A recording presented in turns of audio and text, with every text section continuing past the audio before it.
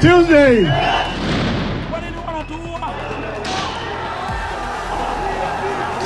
Haikuzo makasi ni watafute uongozi pamoja, wasitafute barabara ya kutoka Maralal kwenda Opiroi, itoke Opiroi iende Partiloi.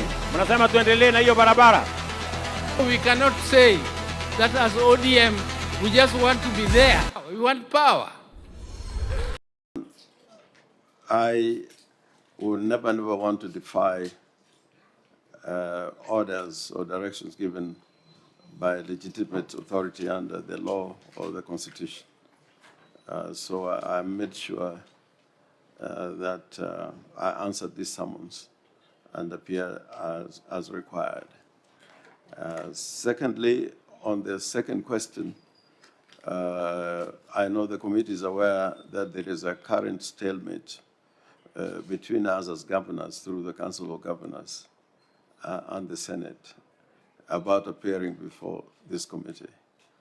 And I was seeking the indulgence of the committee that having produced the documents, I would not be comfortable moving any further step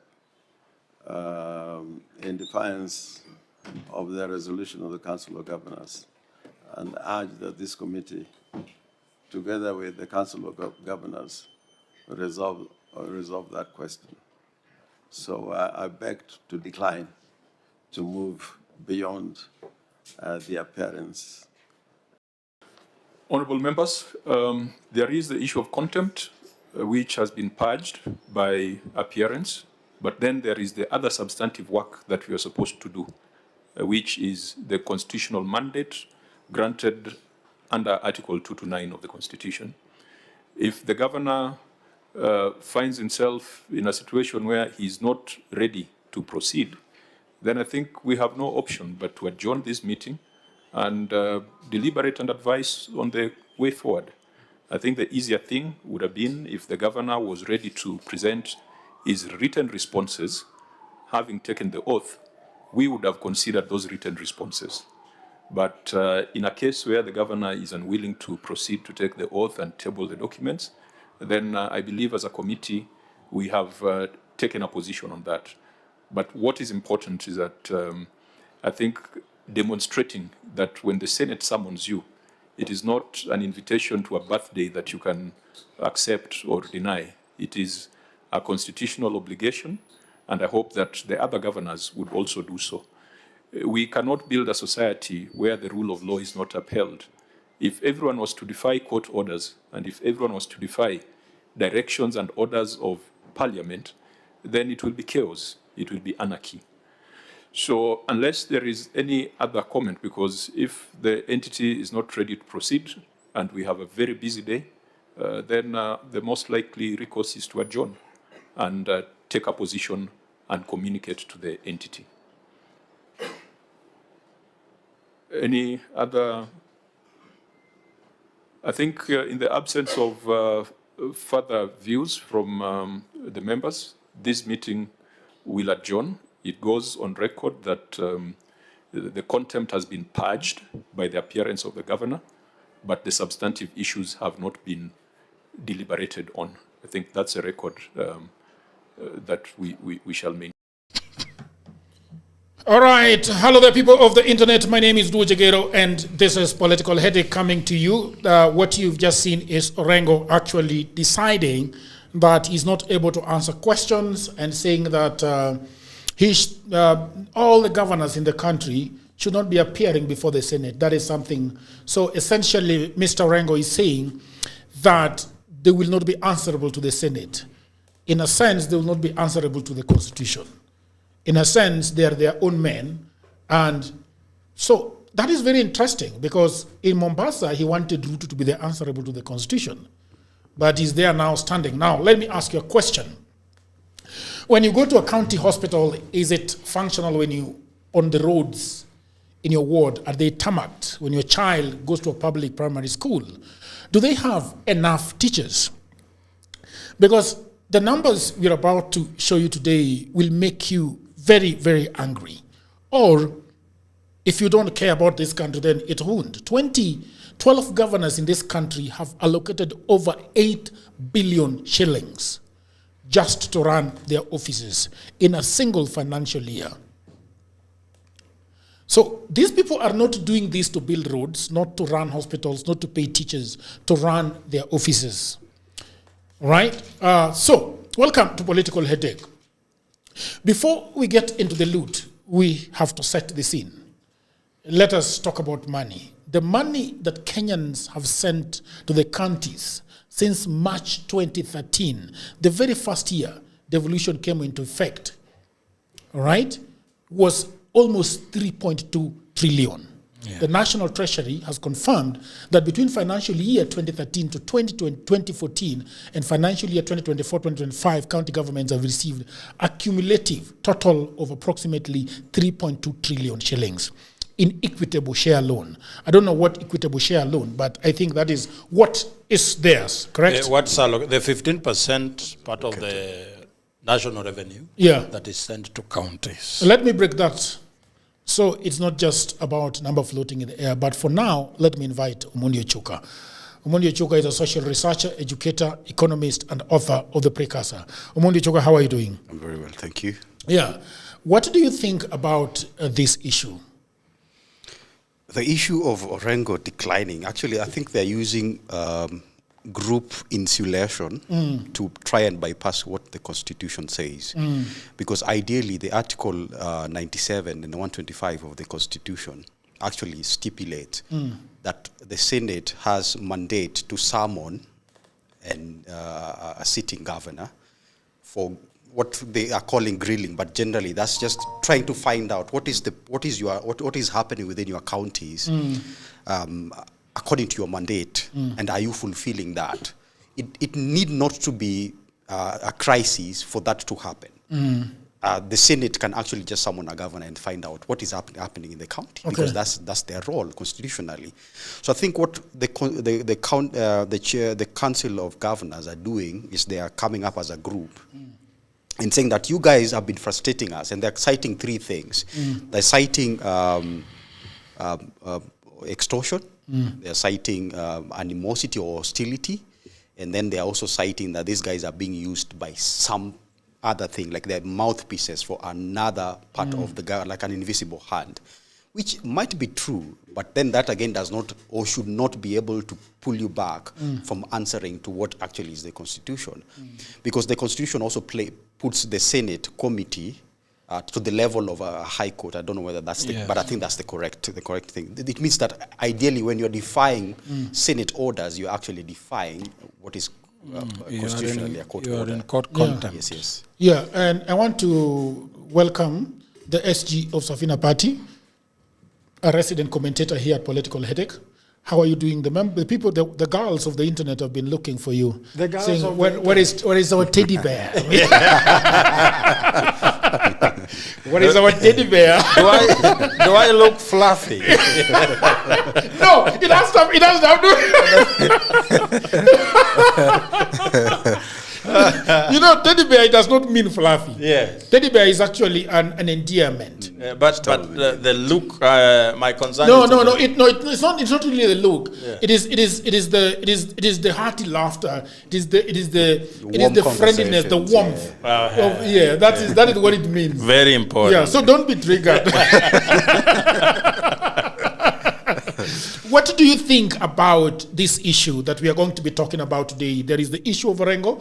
They have always said that Orengo is the working constitution. Yes. Okay. And so when a working constitution suddenly becomes a standing constitution, Yes. so that is very, very interesting. So, what do you think about the issue of money that is being transferred to the county government? Because actually one of the things that has always been said is that we need to give more to the county governments. Yeah, thank you very much. And thank you, people of the internet, for yet another time for us to delve directly into what is pertinent to our lives and what informs how we reach government services. And so my indulgence in what Orengo has said is a double-edged sword, where there could be some sense of truth in what he's saying, that the Senate could have been weaponized against some of these governors. But again, the Public Accounts Committee in the Senate uses documents presented to them from the Auditor General and other verified documents to ask questions or grill any governor. Because if you say you used a certain amount of money on your employees, and the follow-up question becomes, how many employees do you have? You don't start saying that question is weaponized. You have to answer that question, that I used 200 million on salaries in this financial year to this number of employees. If something happens in the county and your response to that issue is wanting, and you've not lived to the objects of devolution or responsibilities of the county government, then the Public Accounts Committee have the right to ask you the question. Because if we are going to use an excuse of the county governors, the Council of County Governors, it begs a lot of questions. Because maybe some of these governors are doing well with the resources that is allocated to them. But how about these governors that are misusing the money? How about these governors that we have allegations of them having ghost workers in their counties?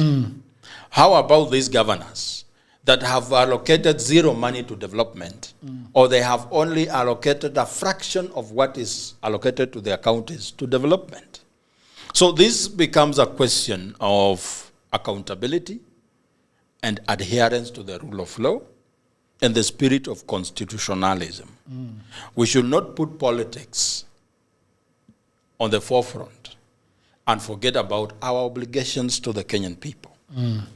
If these jobs of being governor or senator are too demanding and difficult, then the only prudent thing to do as a governor or a senator is to step aside and let any other qualified Kenyan to lead the people. Do you think Orengo qualifies, having looked at him? Orengo cuts a niche of a person who is, you see, there is something that is called, my pastor used to tell me, that my pastor called Reverend Appella. Reverend Appella. Yes. I think I know a Reverend Appella. Yes, he said that there is something called the area of influence. And your gifts are engineered to make you effective in your area of influence. Every time you try to step aside of those gifts, you remain effective, but you remain useful, but not as effective. So my thoughts around the governor of Siaya is that he's a very good person in terms of oversight.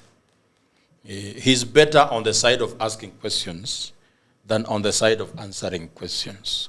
Because for 50 years of his involvement in active politics, he has been asking questions. And it's the first time for him to be trusted with executive power. And I think for the first time in life, he finds himself in very unfamiliar territory. So I understand him. Yeah. He's good in asking questions. That's why when he's in Linda Mwananchi rallies, that's where he does well. Yeah. But when you put him on the other side of the bench, now the rubber meets the road. But do you think that is some kind of dishonesty? Because if you are claiming that you're going to run a government well, or if you're asking people to run a government properly, yes, but you yourself, you cannot run anything properly since 1982. Yes. No, you can't say he's not run anything properly since. What has he run since 1982? For starters, Orengo has managed his own life very well. that's good. Including all his suits. Yes, at some point in his life, he was the best dressed member of parliament. He understands the law. For you to understand the law, you have to be very structured in your mind. Okay. And again, he has been a person who has had consistency of not flip-flopping in politics, which means he's a principled man. And as we speak today, him as governor, I'm looking at the report of the Auditor General, and I have not seen red flaggings from the Auditor General, because I have looked at what's allocated to his county, what he allocates to his office, and what he allocates to other programs in the county. It is not like the other quiet governors who are stealing from their counties in their silence. So I will cut James Orengo some slack. Okay. Yes. Fair enough. In our research team, we have Priska Vashti. Yes. Priska Vashti, how are you doing? I'm doing well. What do you, having looked at these numbers as a Gen Z, what do you think? What is your thinking? I think devolution, we haven't done so well since we started devolution, and as Mr. Joachim here is saying that Governor Orengo has been very consistent in his career as a politician, and I think he has done so well. Okay. We cannot fault him for that. All right. So people of the internet, let me give the people of the internet a little bit of. We are going to play some videos, but first I want to bring them up to speed. So in 2013-2014, the first year of devolution, counties received 190 billion.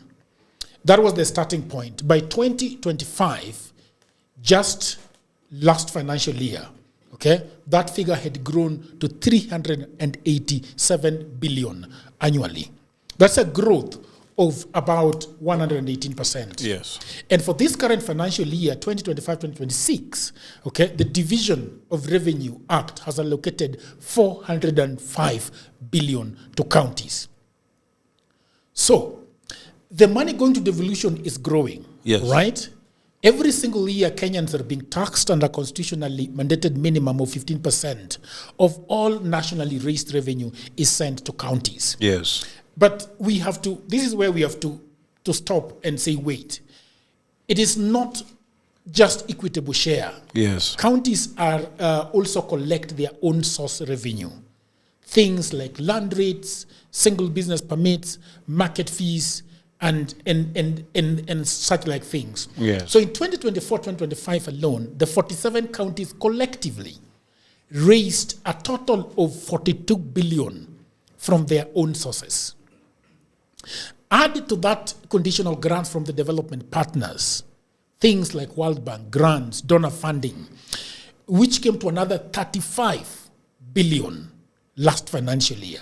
So when we look at the total funds available to the county government in 2024-2025 alone, we are talking about 533 billion, half of a trillion in 1 year.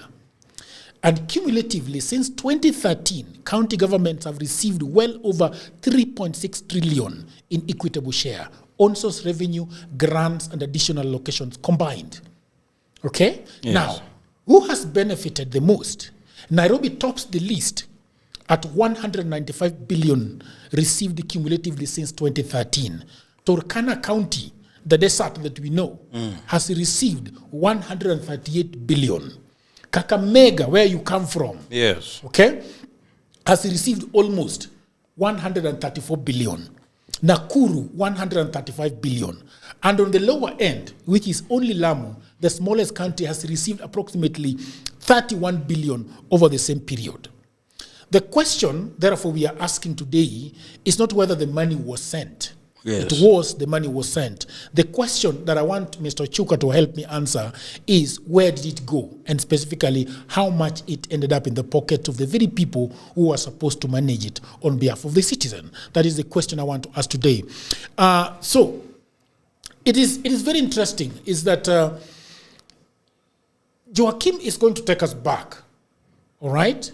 Because before we can interrogate the numbers, we need to understand why we built this system in the first place, okay? And at some point, these two men, Uhuru and Ruto work together very, very closely to make sure that this happens. So I want us to play some 2 videos, and then I'll hand it over to you to talk about, to contextualize it for us, tell us where this is coming. And then Ochuka will be talking to us about the loot that has happened over the years. Do you have the video, please? Kina Vashti. Yes. I like calling her Vashti, but actually she's Vasht. Vashti. Mwai Kibaki, President and Commander-in-Chief of the Armed Forces of the Republic of Kenya, declare that the Constitution set out in a schedule shall be the new Constitution of Kenya with effect from the 27th August, the year 2010. Swear that I will be faithful and bear true allegiance to the Republic of Kenya, that I will obey, preserve, protect, and defend this Constitution of Kenya. The new Constitution is an embodiment of our best hopes, aspirations, ideals, and values. Some of the changes will be immediate, and we must be ready to support them. Other changes will take time. We must remain resilient and focused as they work towards their fulfillment. Who will present themselves for public or state offices will have to be individuals of integrity, willing to be held accountable by the people and the institutions and laws of our country. We close a long chapter in our history. We put repression, exclusion, dictatorship, and heroic struggle behind us once and for all.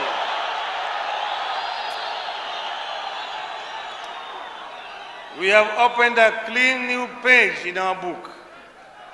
On that page, we begin writing the story of an equal and just society.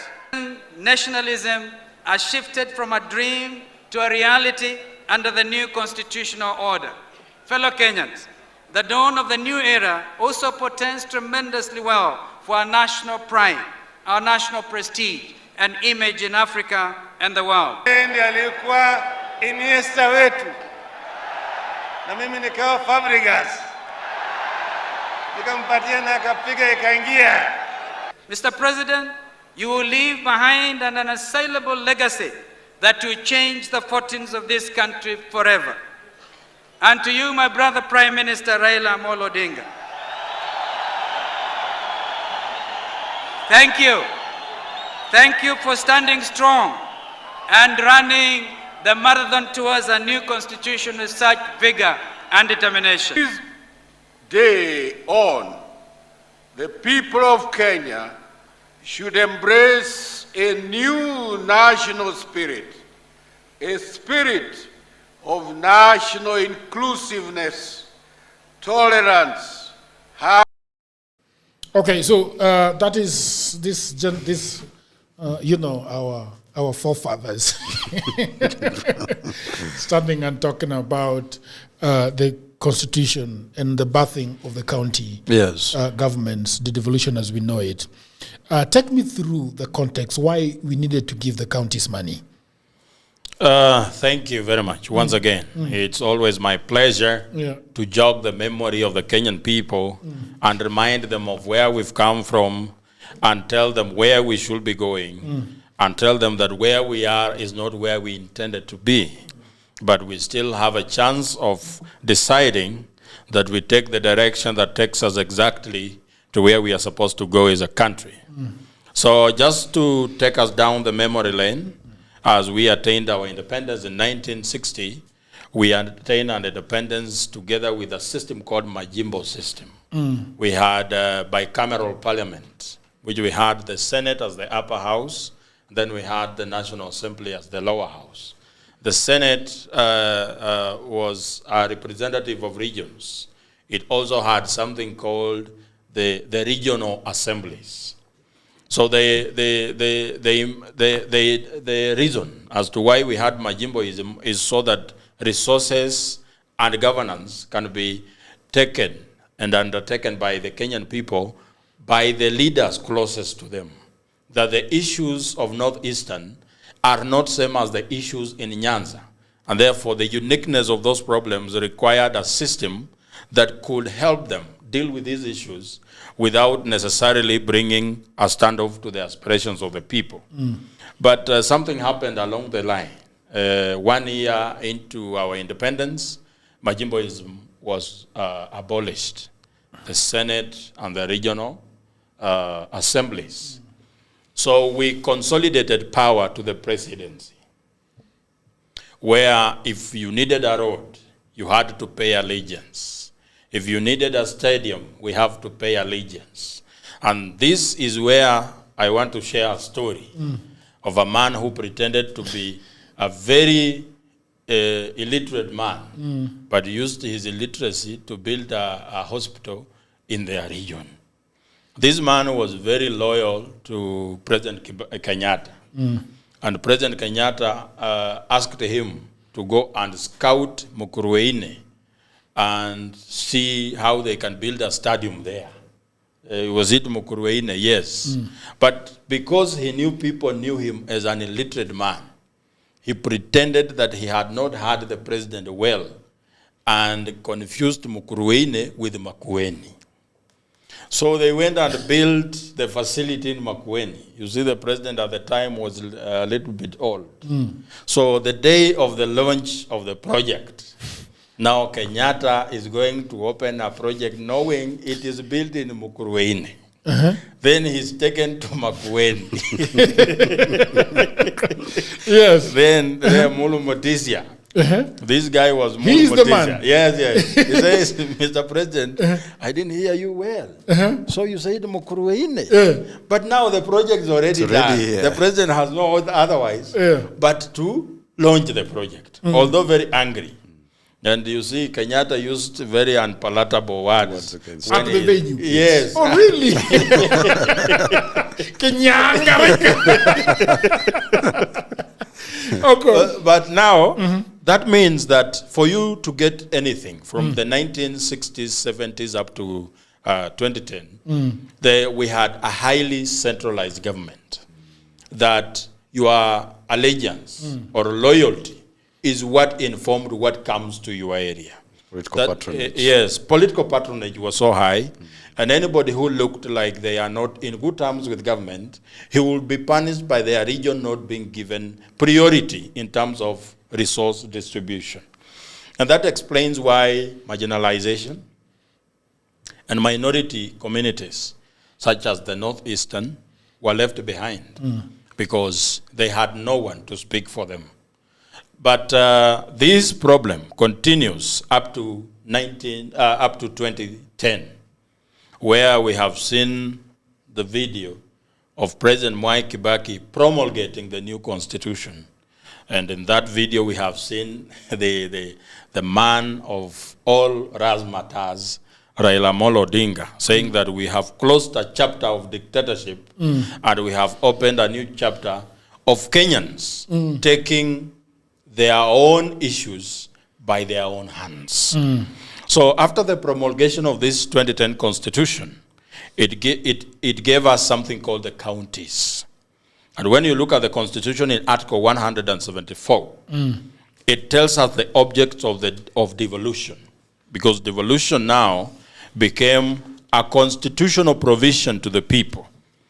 And the objects of devolution, number one, because I have to read to the Kenyan people, I'm not, the Kenyan people who are used to my podcasts, I don't really come with a pen and a book. But because of the weight of the matters at hand, I had to come with a pen and a book. Just to show you how heavy these things are. So the objects of the devolution, because it's good that Kenyans understood what to expect from who at what time. Object number one is to give powers of self-governance to the people and enhance the participation of the people in the exercise of the power of the state. That's object number one. Object number two, to recognize the right of communities to manage their own affairs and further their own development. Object number two, to manage your own affairs as the community and develop yourself. You mentioned that counties have their own revenue sources. So they should use those revenue to further themselves. That's why the question was asked the other day, that despite 15 years of devolution, some areas remain marginalized. Even more. So the question is, whose fault is that? Object number three, to promote and protect the interests of the minorities and marginalized communities. Remember, in this other system of governance, you have to pay allegiance. You have to please the president.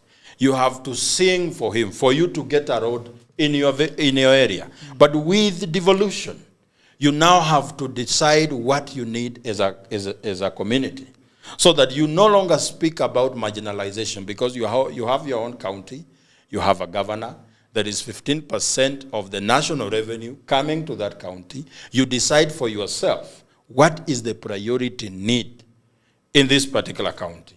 So the drafters of the constitution envisaged this kind of problems, and they took into consideration the dynamic nature of Kenya when it comes to their needs. The object number four is to promote social and economic development and provision of proximate, easily accessible service throughout Kenya. We have spoken about county referral hospitals. In the previous system, you had to walk almost 20 kilometers to get a hospital.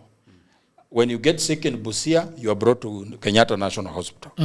But these are services that were brought closer to people, so that we have every county hospital, every hospital that is below level 5 is to be taken care of by the people, by the county.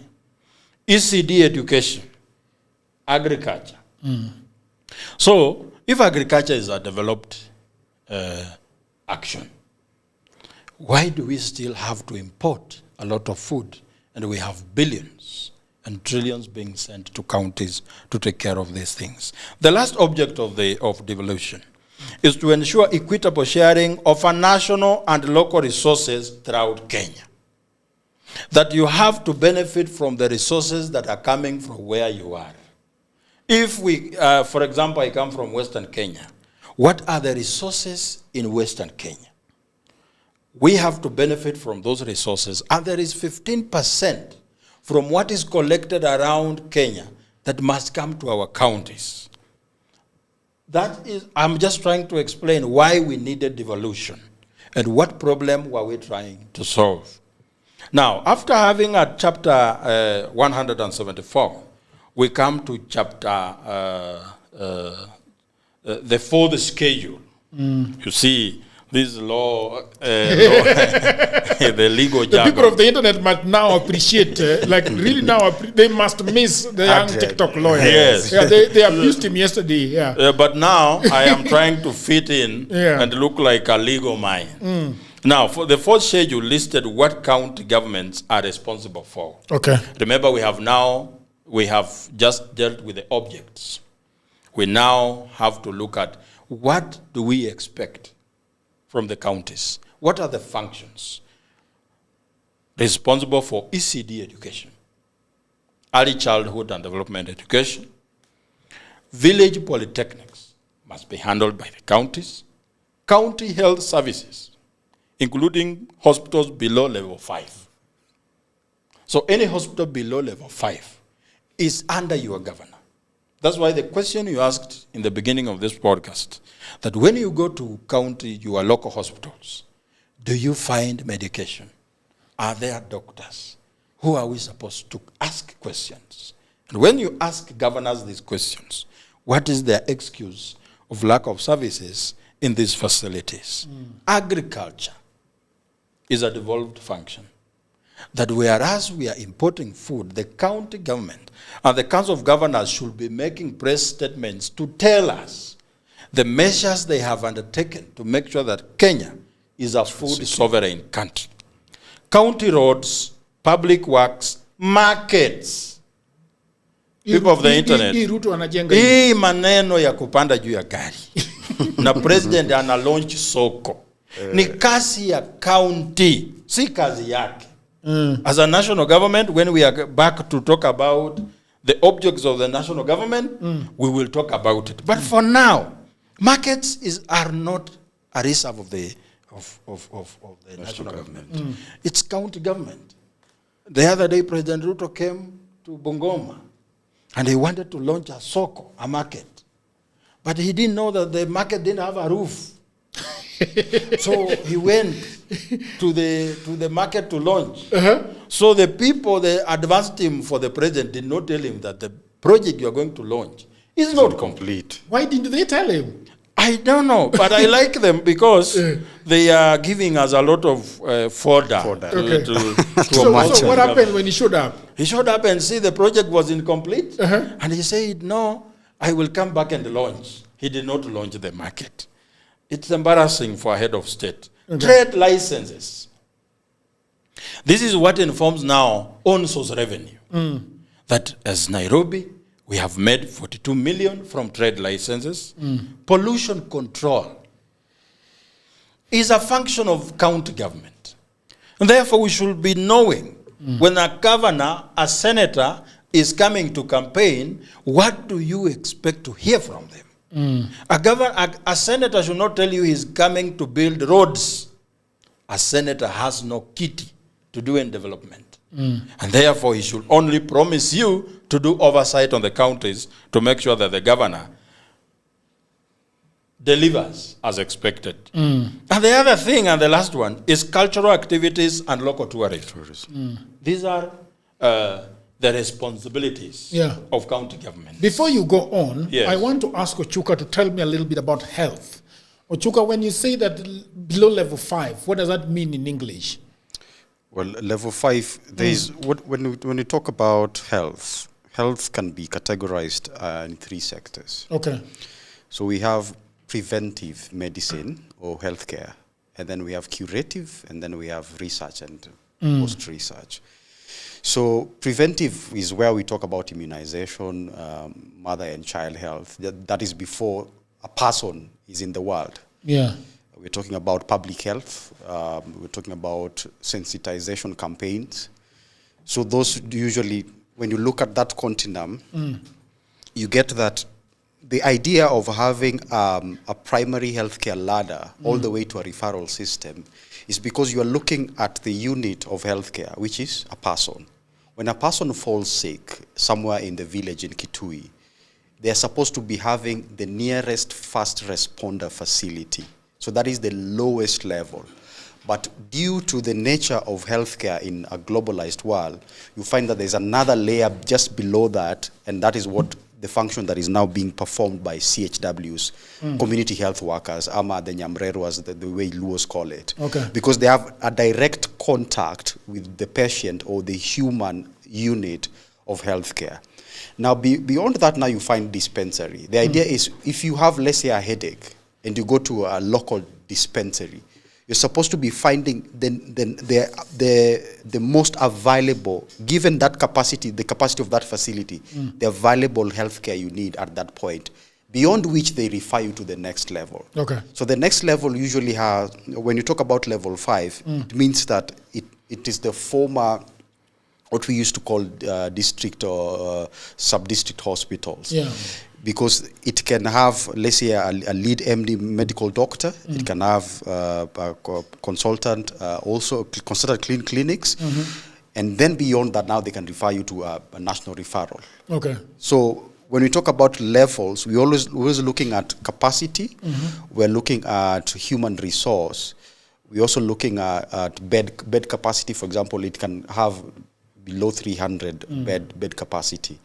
And then also, you're also looking at medical equipment, because some equipments are expensive more than others. And therefore, you can only find them at top tier level, maybe 5 and 6. Yeah. Yes. So essentially, what you're saying is that the county government is supposed to budget. Yes. On what are they budgeting on? Are they budgeting on building this hospital? Are they budgeting on providing doctors and nurses? What exactly are they providing? Everything that is under the county government, what are they doing? What they're doing with healthcare is, because healthcare is not just basically mortar and brick. Okay. It is also the human resource that runs it and the technology that also runs it, or innovation. So you're looking at how do we build dispensaries and where do we build them. Okay. If you're building them, we are going to procure land.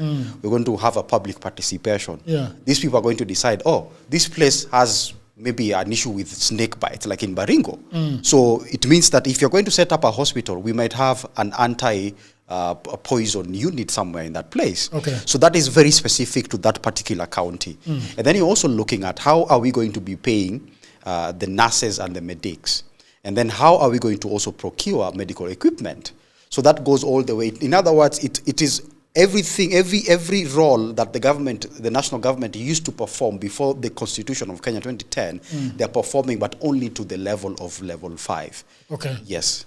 But then the other question is, do you think the county, as it is set up now, has the capability and the capacity to handle healthcare? I mean, if you're seeing that we are spending 2 billion in the governor's office, 2 billion can actually run a healthcare system very efficiently. Yes, they do. So they do have it. Yes. But they instead create something called state houses. They have chosen comfort. Yeah. Because what informs the desire among the people to look for public office? That's where we get it wrong. Why do you want to run for governor? Because being governor will enable you to live a lifestyle that you couldn't have been able to afford without being one. And that's why they prioritize 2 or 3 things. The office. And if it's about development, they build the governor's residence. And if they go far, they build a county headquarters. So you realize that you are using a lot of money, billions of money, on things that have no consequence on the life of the people. We did not vote for this constitution and accepted devolution so that county governors can have flashy homes. We voted yes to this constitution so that we could be in charge of the resources and solve the problems that couldn't be solved in the absence of devolution. So as Crispin Odhiambo was imagining the idea of devolution, it was an antidote to some problem. What is that problem? When a governor is allocating 2 billion to his office and using 700 million on buying tea, taking flights, when roads are bad in their county, hospitals have no drugs, schools are in bad shape. So the question becomes, is it just mismanagement of finances, or is it a violation of the Constitution? Because This is the question that we should answer on this podcast. That we are not just asking about how money is spent. We are asking if it is spent in accordance with the law that 70% of the Kenyan people voted for. The problem we have is that immediately after voting for this constitution, we entrusted it in the people who were against it to be the pioneers of running the country under that very constitution. The people who never believed that devolution can work. We have a video of President Ruto speaking in Parliament and saying that devolution is not going to work. And he was asking members of Parliament in that video that who among you here can accept to go and become councillors in the counties. So President Ruto, at that time was a member of Parliament in Eldoret North, believed that being a governor is equivalent to being a councillor. And then we entrusted this constitution to them to be pioneers, to help us realize the benefits of devolution. That explains why immediately he became a president. He abolished the Ministry of Devolution. And made devolution a state department under the Office of Public Service, in the Office of Deputy President. No. It tells you the attitude that we have towards counties. Perhaps Ruto looked at that ministry and it was useless. No. The usefulness of the Ministry of Devolution is that you have to have someone who is looking at is devolution being taken, because it's a constitutional mandate. Governors are not gifts to us. We voted for them and it's a social contract. We expect things. So are they behaving in accordance with the law? Are we achieving the object of devolution? Are we better off than we were before devolution? How much money are we spending? And what is the return on this investment? So these are questions that are very pertinent. It is also shocking that you are saying that agriculture was actually developed. To who? To the governors. Because the last time I heard about agriculture in counties, it was somebody planting mangoes and having a mango factory. That was Kivutha Kibwana, right? Do you know why the governors can afford to behave that way around agriculture? Yeah. Because how many Kenyans know that governors should be in charge of agriculture? They don't. They don't Most know. people still think it's a national government. Even health, they don't know. They don't know. Because we have not taken time to internalize the constitution we voted for. And so the governors are swimming in largesse because the people do not even know what questions to ask. We have one governor from the county of Kitui, and I think he should be taken to court. Or someone, the people of Kitui should demonstrate and hound him out of office. You can imagine that this is a governor who allocated 2.39 billion to his office. 2.39 billion. In this office, the money is about paying salaries. Around 700 million is to pay salaries. And the rest is on office procurement services and all that. This is money allocated to office alone. Now, look at the money that is allocated to other services in the county. Total, all of it, is 1.05 billion. So the allocation to his office is double the allocation of money to public works, to agriculture, to health. Water, health. Everything. So what's the priority of this governor? If it's not his comfort, at the detriment of the people of Kitui. Exactly. So why don't we now turn to Omonde Chuka to give us the anatomy of the loot and how it actually happens? Omonde Chuka. Joachim has mentioned Joachim is already encroaching. He's eating it to her. But eating it to his... to just pick the baton from him, he has mentioned something that devolution was now being... it's like the babysitter for devolution were people who were against it. Let's go back a little bit. You mentioned that devolution might have been started by Majimboism. I tend to think it goes slightly beyond that to 1924. Yes. Where there was something called the Local Native Authority or Local Native Council. Okay. Now the idea is, because these people, they just mapped the country and realized this is where we're going to get tea, this is where we're going to get sisal, this is where we're going to go to all these minerals and golds, and then collect them to a particular point and then ship them back to Europe or British. Now it has an extractive logic. And when you look at it, everyone who was actually against the Constitution has an extractive logic. Look at Ruto. Okay. Extractive means that I have to look at the continuum of value chain and realize what am I going to get out of it. Yes. Okay. You understand? In other words, what am I going to loot out of it? And that's why they are realizing, if we devolve this unit, then the person closer to the grassroots is going to look at me naked. And he's going to ask tough questions. Because questions were not asked to Moi. You didn't have the authority to ask that, because the distance, the emotional distance from the loot.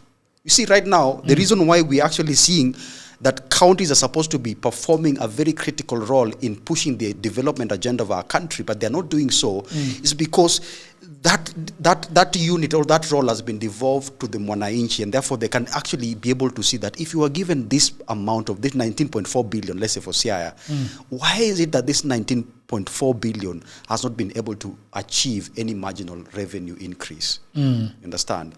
So that extractive logic is what also creates what the problem of when a governor gets to an office. There are four things there are four sins, cardinal sins that a governor office usually brings with them. Okay. Number one is the people are just reminding me that we have a video to play for Mr. Gachagua talking about, because that is the video that was supposed to actually introduce your part. There is a video for Gachagua where he's going toe-to-toe with the Northeastern governors. You remember the money that is coming to Isili? Yeah, let's go.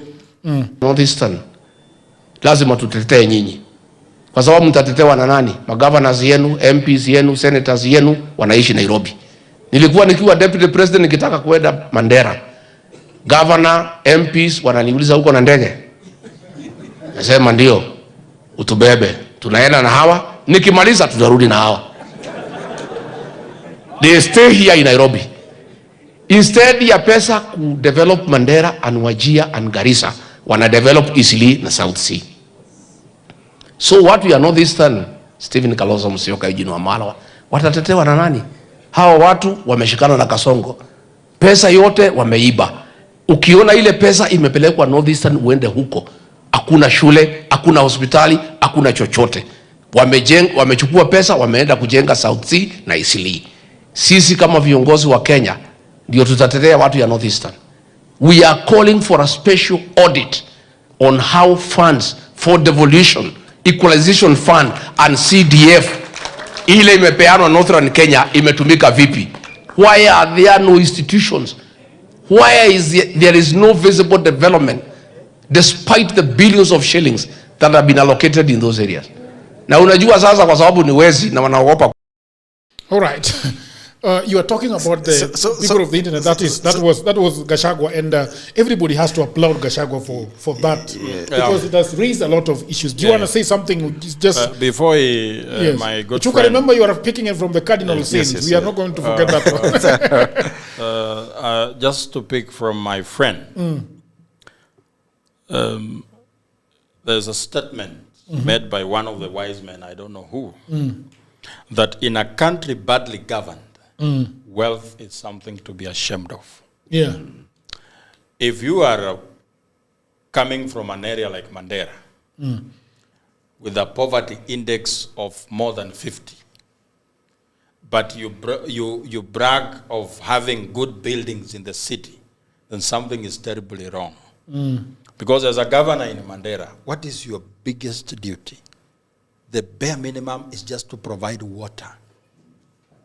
If you just provide water for the people of Mandera, you've solved 40% of their problems. But what do? Somehow, the people from one of the very poor areas have the biggest buildings in Nairobi. Man, I was at Eastleigh 1 week ago. and I couldn't, because I used to know Eastleigh As a as a different shanty place, town. yeah. Bro, they are high-rise buildings, nazimeshikana. So one of the dangers in Eastleigh now is that every building that comes up, they dig their own borehole. There is a requirement, there is some distance that is required by law from one borehole to the other. Okay. These buildings that are coming up are flaunting all these rules. That every building is digging their own borehole. Bypassing it. They are bypassing the law. So that means they can deplete the water table very easily. Very easily, Already and they is. can sink. Because the more you dig, you make the ground weak. This distance is meant to ensure that the stability, structural integrity of the building, of the area is not interfered with. But with money in Kenya, you can do anything. You see, the problem I had with those buildings, Mr. Chuka, even as I hand over, to you to go on, is that I saw a building that had come up to full completion. Then there was the one coming up. Now there was no space between them for the workers to actually paint the other wall. It just remains rugged. Yeah. Go ahead. Vashti had something to say about this Gachagua thing. Vashti. Yes. Okay. Let's hear people of the internet. Unajua wanaume wanataka kuona yeye. Tupe Vashti bwana. Tuoni Vashti endelea. What do you have to say? Okay, so I think it's very unfair and hypocritical of us to talk about Northeastern and expect them to be developed like the rest of the country. Yeah. They have only had 15 years to be developed, unlike us who have had 60 years to come up with the development we have. And I think when discussing the question of devolution, it's also very important to talk about sessional paper 10 of 1965, which basically said that for the economy to grow quickly, development should be concentrated in places where there is high yield areas, like the agricultural areas, like Rift Valley and Central. So that means development was done in Central and Rift Valley, and Northeastern was left behind. And there's also the issue of the shifter war that happened just immediately after independence. I think people should understand that one of the reasons why development was not done in Northeastern was because after independence, Northeastern people wanted to join Somalia because they felt like they are part of Somalis. So the government did not want to do that. They come back to Kenya. So there was a war for some time. And after that, because the government was angry at Northeastern people, hawakupeleka development there. So it's also very important to understand that and not just talk about things like we are in a vacuum. So it's very important to understand history. The history is really good, but I think Vashti, with all due respect, is neither here nor there, because now we are talking about just boreholes. I mean, we are talking about the money that they have received since the devolution started. But please answer that as we give it to Ochuka. We are not looking at what they have done from 1960. We are asking you. We have given you 300 billion. For 15 years. Could you please just tell us what you've done with this one? We forgive you for not developing for the other 45 years. We forgive you. We are very sorry for that. We are actually sorry, and as a country we misbehaved. And we did things that made you not to develop. But you realize that even with the shifter war, you realize that even with the conflict of whether they are in Somalia or in Kenya, did not stop them from being the biggest business people in Nairobi.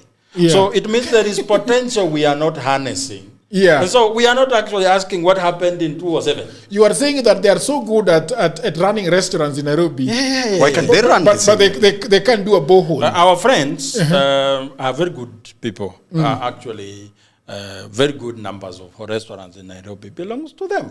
And the food is amazing. It begs that what is stopping them from developing the area is just goodwill. If they decided They don't need any help. They have more than enough.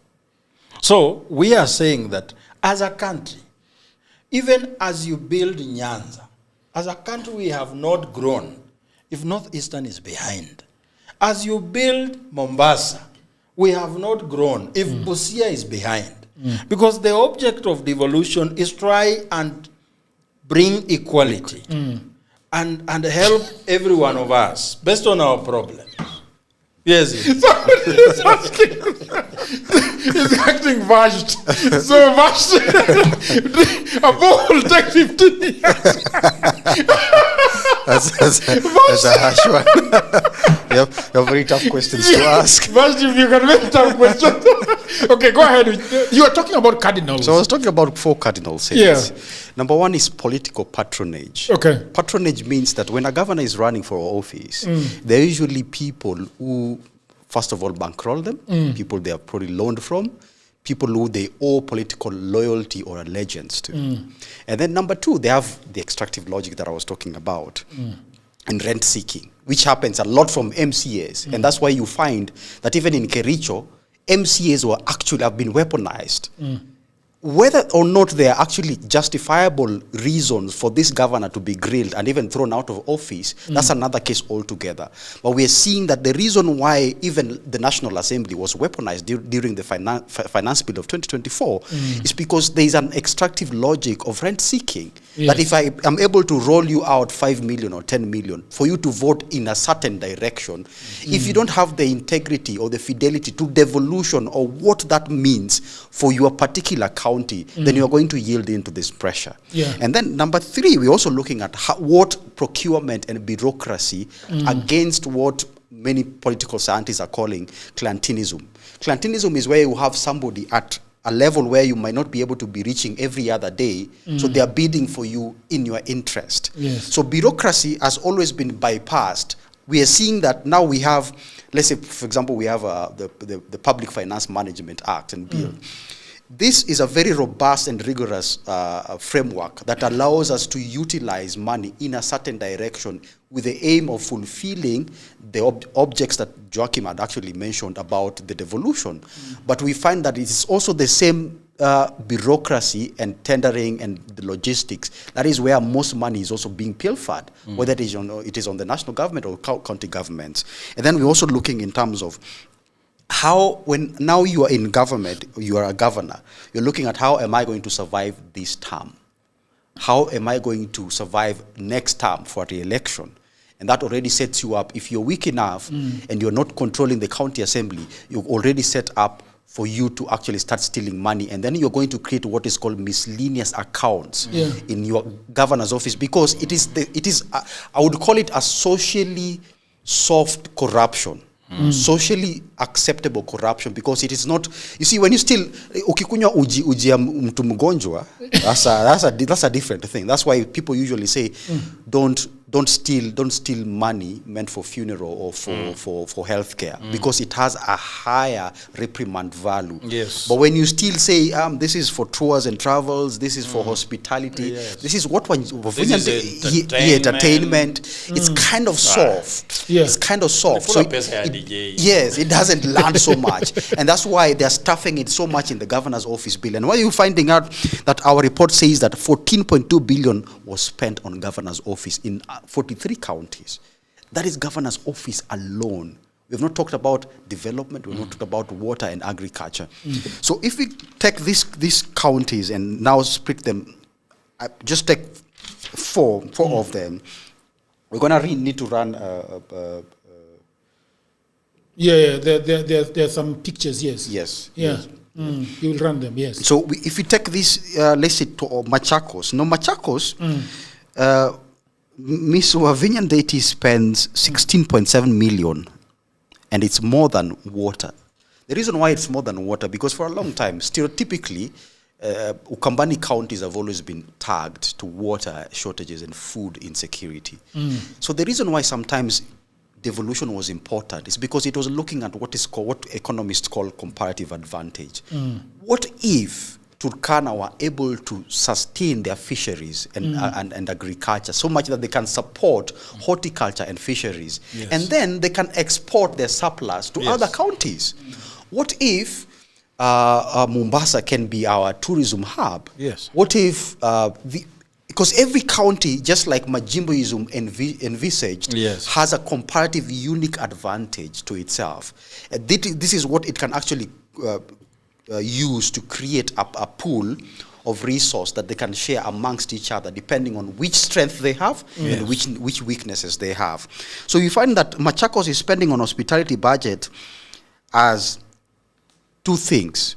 One is to manage influence and narrative, because this, like I have said, they are socially acceptable corruption, and they are not very harsh when you look at them from outside. They will not create aggression like you stole money for hospital. SHA went to 11 billion, went to SHA. You know, for tourism. Yeah, that's very. And then also you are looking at something that is also very physically damaging. Like fiscal damaging is like fiscal is basically for economists. It's like a basket. It comes from the word basket. So every county has a basket. So if you take a basket and went to munue perfume, somebody might say, hey, you smell really nice when you go to a meeting. But they might not really think and connect.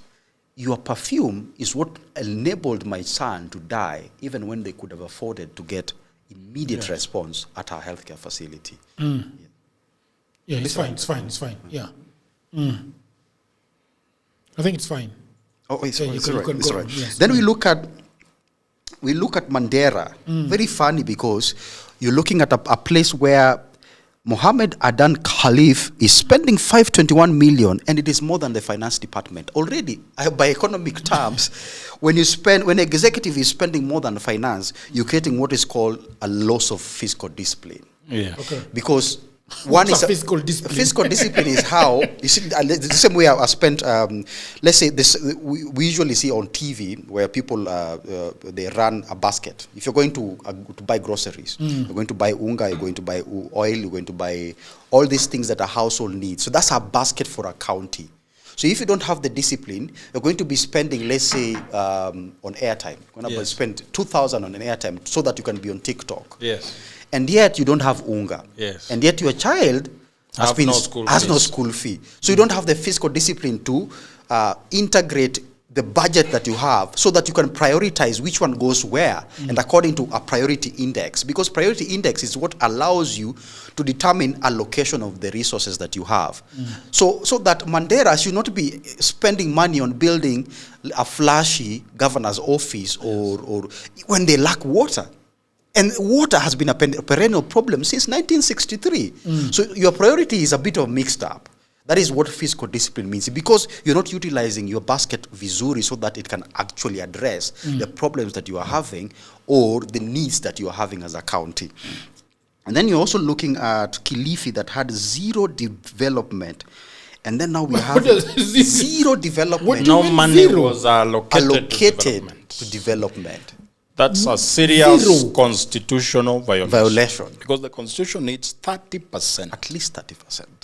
Of your... So the reason why Kilifi was very interesting is because it creates a problem as an economist. There's something called capital formation. Okay. So development is what is supposed to bring capital formation. Yes. Capital formation does not usually have the immediacy of returns.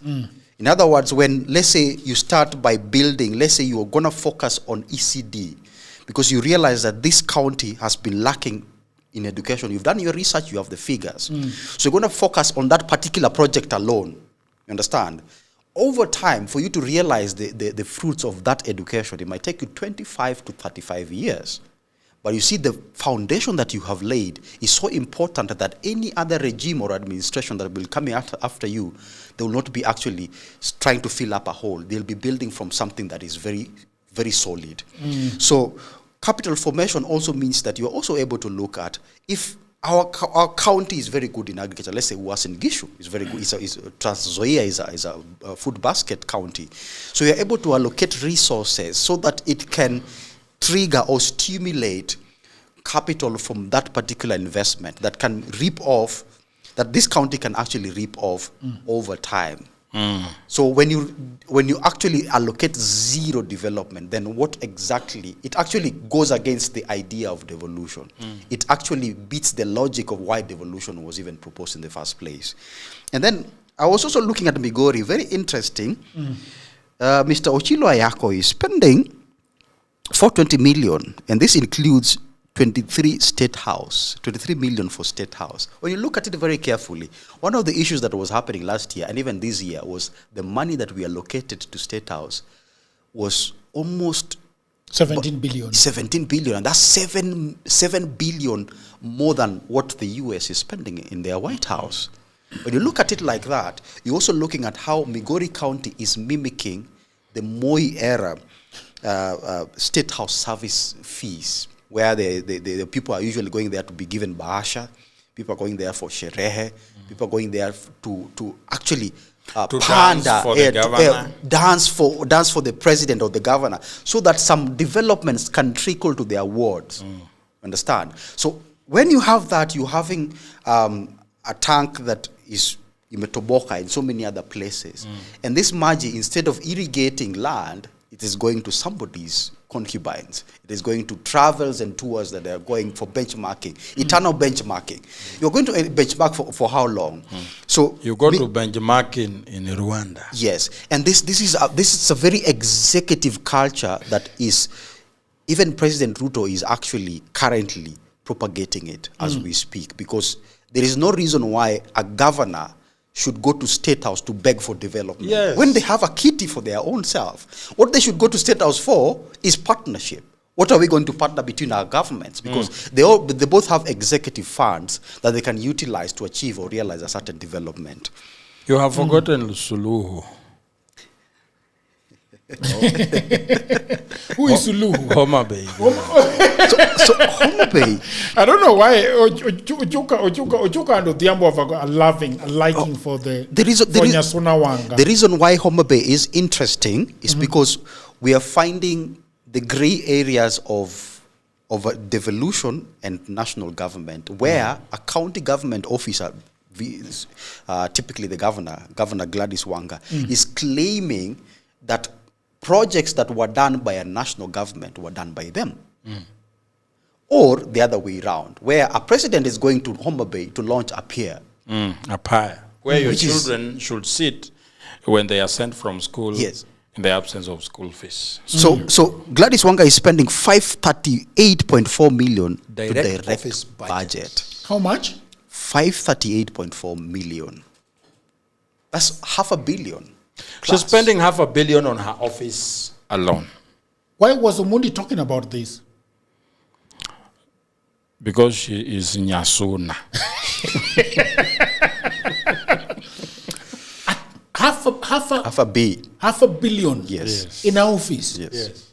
So today she's in Mombasa, dancing at ODM. And you're wondering where that money is coming tomorrow from. She's in Siaya. We must get deputy president. Those are allowances for traveling. Yes. Also, that has no direct consequence to the people. I remember. Yes. I remember. You see, Baba has been christened as the father of devolution. And he was speaking in the funeral of Derito Gachagua, the brother to Rigathi Gachagua. And you see, Baba had a very unique way of eulogizing people. Okay. He eulogized them in a way that humanizes them. So Baba was speaking in Derito Gachagua's funeral and said, devolution must work.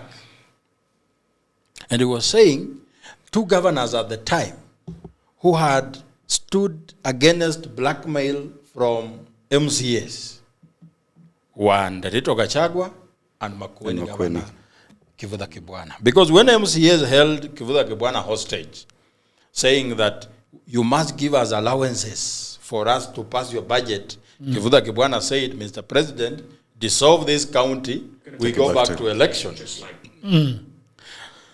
When the governor said, let us dissolve the county, we go back to elections, the MCAs realized they are not going to come back.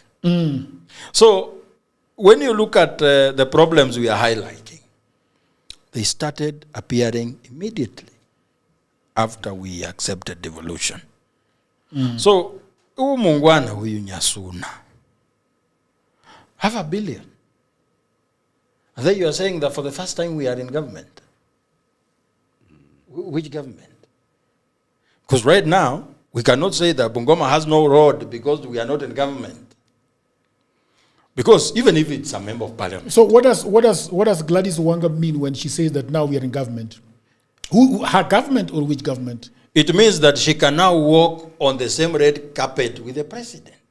Which she has been doing. Which she has been doing. You see, she wants to take advantage of the misinformed idea of government from the people to get away from it. Because even if the promulgation of 2010 Constitution, it tried to take away a few things. Now, what is the role of parliament and counties? That allocation of public money is done through parliament, and then it is sent to the counties. So, when I come from Kandui constituency, then my member of parliament is given 184 million in terms of CDF. And in that same year, my governor has been given 16.8 billion in terms of equitable share. How are these people telling me that they are going to State House to look for development when we have almost 200 billion? Which they have not accounted for. Which they have not accounted for. This is what we have done. So, yes. Kitu imebaki ni natuna sahi. Alafu wanatuambia tu unajua lazima tukue karibu na president. You see, I get so sick and tired. And we have to tell the people that we are all in government. We are all in government. The only difference is some of us want another person to come in as president. Some of us don't. But if it comes to service delivery, we are all entitled to get the service we deserve. Because money is there and we can see it. Money is there. Because if we didn't have money, then why is the Auditor General flagging 184 million? Why is it that CDF managers usually become members of parliament after serving as CDF managers almost always for one term? You see someone who couldn't afford a bicycle. He becomes CDF chairman. The next term, he has two Prados. And he is able to finance the campaign. Because look at the governor of Kitui, Julius Malombe. If you want to get him, do a lifestyle audit on him, his ADs, you will see where the money goes. Look at how much was Governor Malombe worth before he became governor. How much is he now? His net worth. And why he was very hungry to try again. Because yes. He lost it the other time. I think people of Kitui behave like people of Bungoma, where I come from. Also. The people of Bungoma voted for Kenneth Lusaka in 2013 as the first governor. Okay. He committed sins. It's the wheelbarrow sins. He's the one who inspired President Ruto to use a wheelbarrow on his party as the symbol of hard work. Because the governor of Bungoma bought one wheelbarrow at 109,000. Wakati tulimuuliza, governor, how comes this is what you've done? Akasema, no, it was not a wheelbarrow, it was a food trolley. Akasema, okay, non-gasnogenic food trolley. So that's very good. None what? Non-gasnogenic. Non-cancerous, in other words. So akasema, okay. So we have such kind of items. Akasema, yes. Can you tell us where you bought them so that some of us can also go and buy so that young people can use them to sell food? Okay. Akasema, no, we just took a special order from the company. Akasema, very good. Now, can you tell us the company will do the same special order?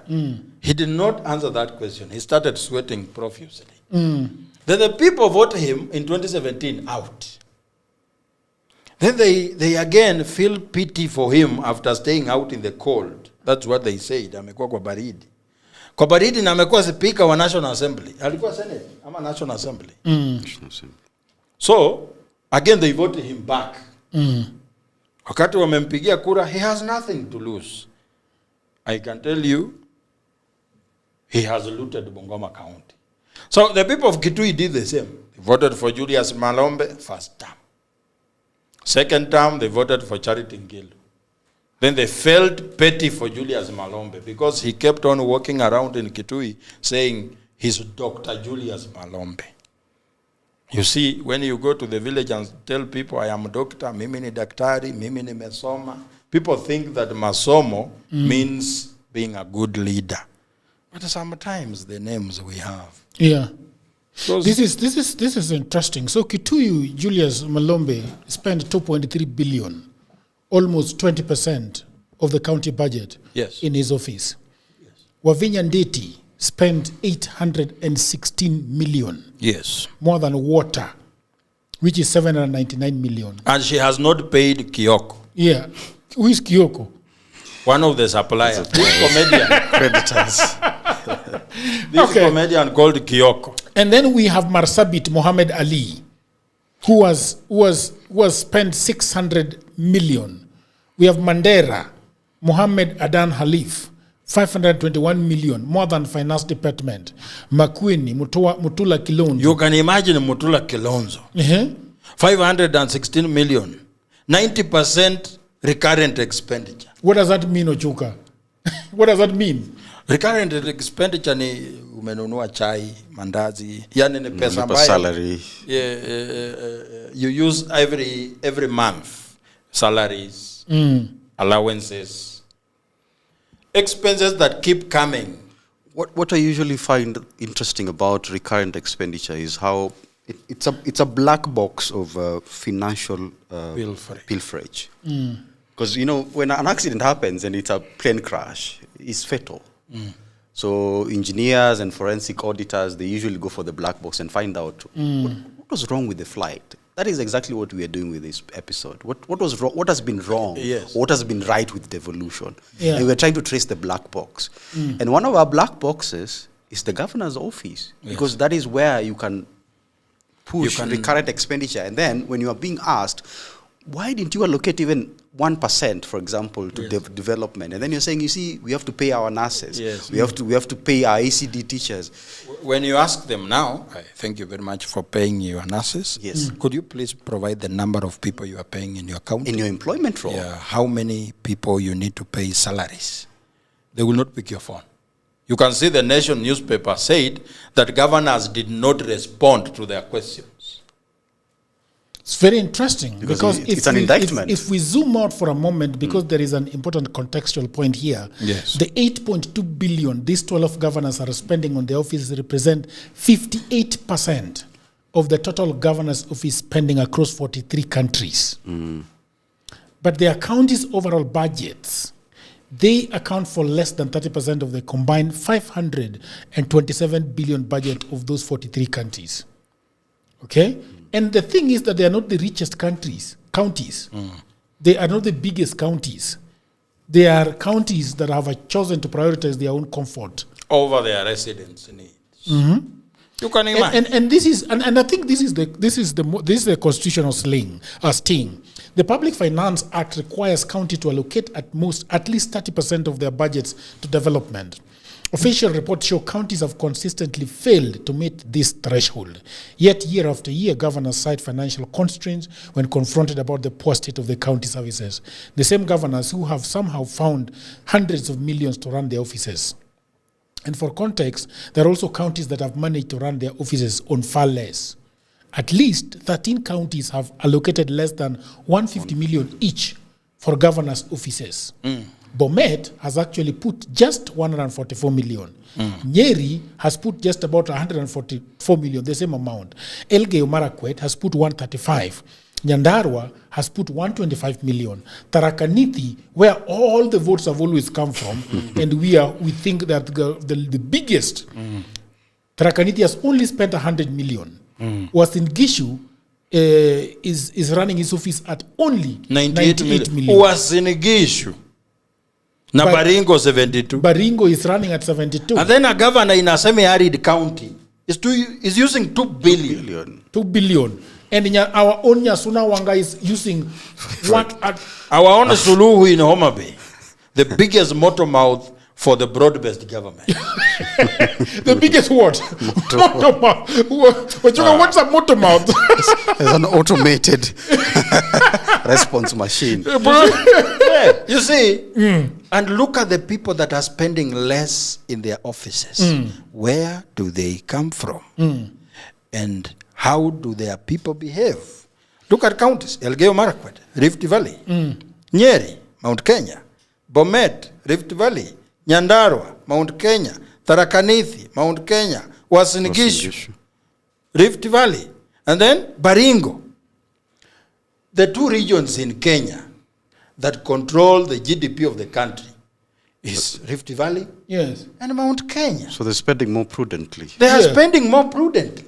That's why the PS the other day said that she was in Australia, and all the young people in Australia from Kenya are they're from some region, yeah, true. She said they are challenging. But you see, the paradox is that some of us who come from less privileged counties have become a human shield for this government. You see, at some point, the people from the Kalenjin community were making noise in defense of the government. And I think they realized they are drawing a lot of attention to themselves. So they said, we are not going to make any more noise. Can we get some people to speak on our behalf? Then they got our brothers. From Atandi. Mbadi. Nyasuna. Hey. They are talking on behalf of who? The people who are actually prudently managing the money they get from government. Do you know what I've realized? That even Murkomen does not talk about it. He doesn't. He doesn't. But we were saying to one term, and look at the people who respond to you. Leo, type one term on Facebook, and look at the names in the comment section. What are the names? The names are Ochilo Chieng.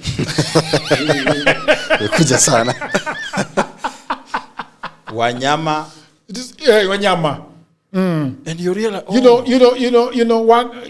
bootlicking is an nilotic thing, I tend to think. Let me tell you. I don't think this is just bootlicking. This is brainwashing of the highest order, because if the young people in Australia are from Rift Valley, where are the young people from Nyanza?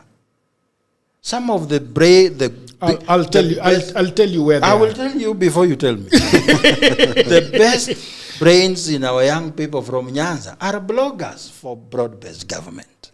Yes. True. That is true. And almost all of them are blogging. All the big brains. I look at someone, I read the name, then I look at them, they went to the University of Nairobi. What they are doing? Blogging. Blogging for Gladys Wanga. Yes. Blogging for Mbadi. Blogging for who?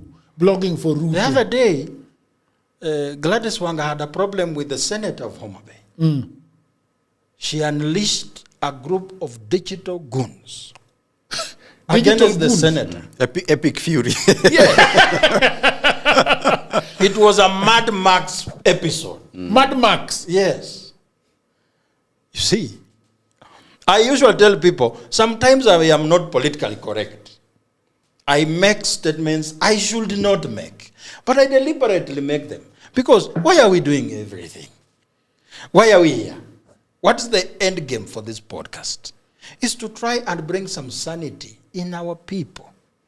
Today, some of the people, the reason why they are supporting William Ruto is they are thinking from a particular point of origin. You see, I'm a Luya. I am supporting William Ruto.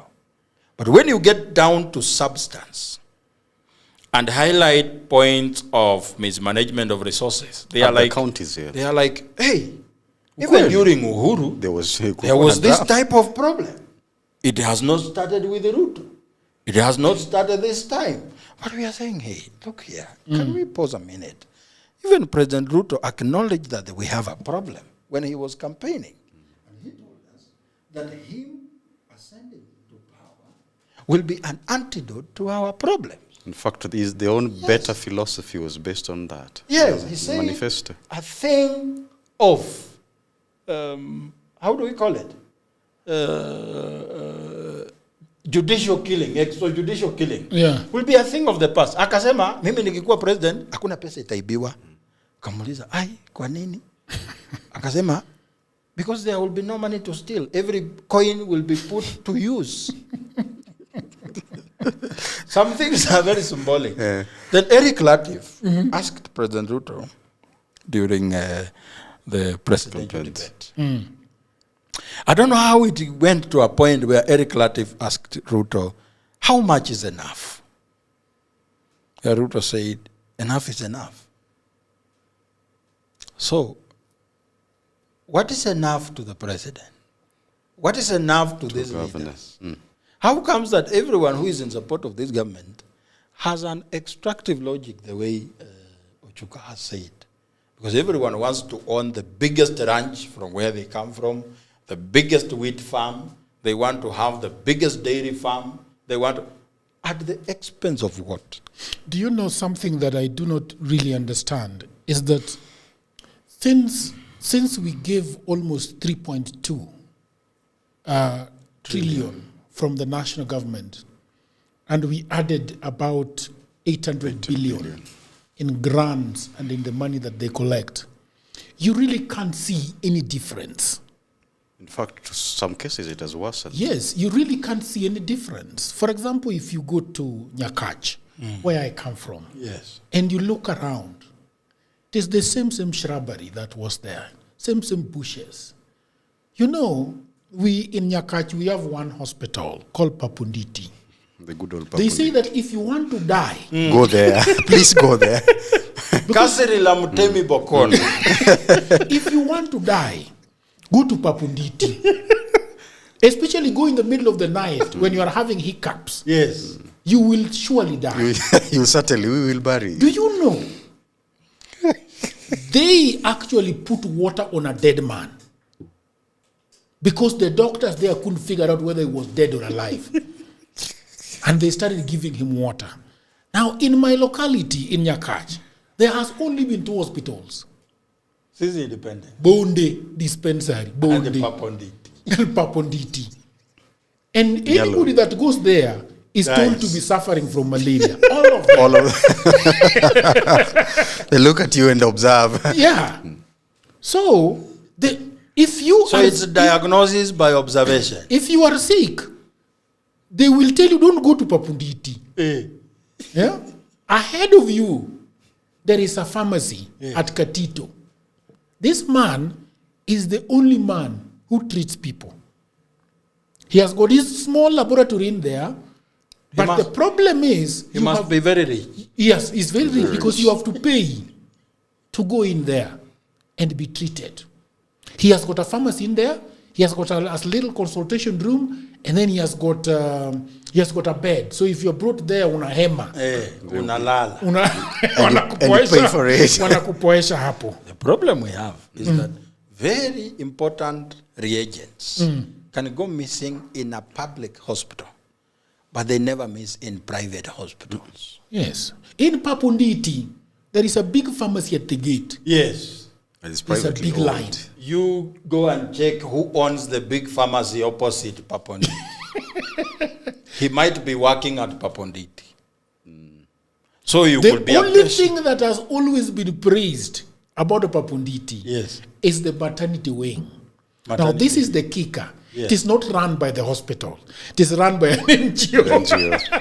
It's not run by the hospital. And it is a wing. You get into Papunditi Hospital, and then you slip to your right. You can almost see that it is a private wing, sort of. It is very beautiful. Even the corridors are more clean and cool. More humane and hospitable. And there are nurses there, and women are giving birth there and going back home. And they don't die with their children. No, they don't. There is a guy who visited a sick person at one of the big hospitals in Nairobi. Okay. A relatively rich person. So he had around 150,000 cash on him in his car. So he went to visit his friend in the hospital. In the morning before he rushed to work. Then he found that the people in that hospital had a bigger problem than the problem that brought them there. Which problem? They had slept hungry. There was no food in the hospital. So you can imagine you are sick. There are no important drugs.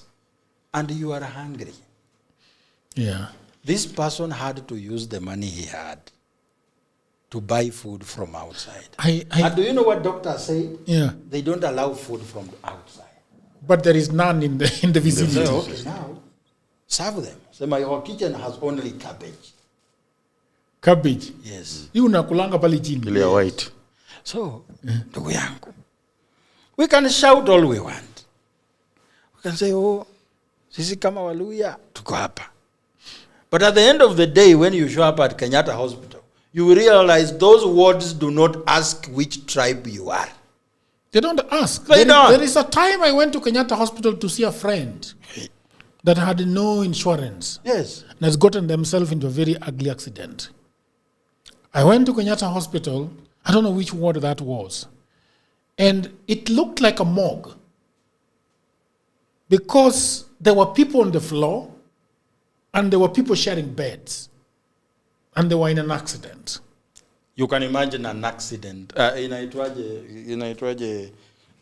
have a name for such a ward. You know, my friend had actually been hit and run along close to MP Shah Hospital. So they were drunk. They were fellow journalists. They were drunk from a night out. And one of them was hit. So the gentleman that was behind them, behind the hit and run car, is the one that gathered my friend. He had broken like 6 times. Yes. And they gathered him and put him in his car and took him to MP Shah. MP Shah looked at him and said, no. Who is in charge of this guy? Yes. And obviously they were friends who did not have any money. Yes. And they were told that they can only admit if they were to put 250,000 as a deposit. And then these people were wondering, we are losing our friend. He's bleeding profusely. MP Shah said, the only thing we can do for you is to give you an ambulance to go to the other side of the road. That is Kenyatta. So they gathered him into an ambulance and they took him there. The following day when I went, I found him sharing a bed with someone. And my friend alikuwa nafika huku. That guy took 9 months in the hospital. Almost a year. You know? So those are the things that are happening in this. And yesterday I was having a very difficult conversation with the TikTok lawyer, Mr. Adrian. Yes. And Adrian was telling me why I'm sitting on the fence. Why I am neither 2-term nor or 1 term. And I told him that must I belong to the 2? Because I am looking at Ruto and I can't figure him out. I am looking at all these other figures. The other day, Kalonzo Musyoka was hosted Jeff. And Jeff gave him very good questions to answer. And very good time to respond. Sufficient. Musyoka could not answer anything. He was asked by Jeff Koinange, what are you going to do for Kenya? He said, I'm not going to kill them. That was his answer. I am not going to kill them like Ruto is killing them. And if you look at it, it's the same concept of ambiguity that even governors are applying, because ambiguity allows you to not be at the center of consequence. Yes. Whether it is, if you steal money, there is a consequence to it. If you don't develop a county at the end of an electoral year or during that process, because people can still recall their governors, during that electioneering period or term, or your term of your office, you can be recalled based on a breach of because it's a social contract. So many people... How do they get recalled? You can impeach them. You can impeach them. And that it's easier to impeach a governor than a member of parliament. It's easier. Yes. It's easier than a member of parliament. A member of parliament, they have to pass that law themselves. Do you know how much an MCA gets? 150,000. It is less than that. Yes. And do you know how much the governor has? 2.3 billion in his office. Yes, that is only in his office. Yes. But there is others. Yes. Like Nyasuna Wanga. Yes. everybody in that office. Yes. In fact, I hear that in Homa Bay, they don't go to that parliament to pass laws. Yes. They just sign them off. Because as an AMCA next to Wanga, who are you? Less than a fly, less than a mosquito. You can be bought. I mean, what is your salary again? Yes. What did you say? I can double, yeah. I can double that. Not doubling. What did you say? Not doubling. And one of the and now they are using goons all over. For example, in Nyanza, right. They have goons in every town. Ndugu. They can chase you out of town. Ndugu. If we want to change, there are two communities in this country that have a paradox. Luyas and Luos. If you call goons today and look at them and ask, where are you from? Yeah, it's either of the two. Where are you from? Where are you from? Yeah, their noses will tell you. Just look at their nose and you saw it.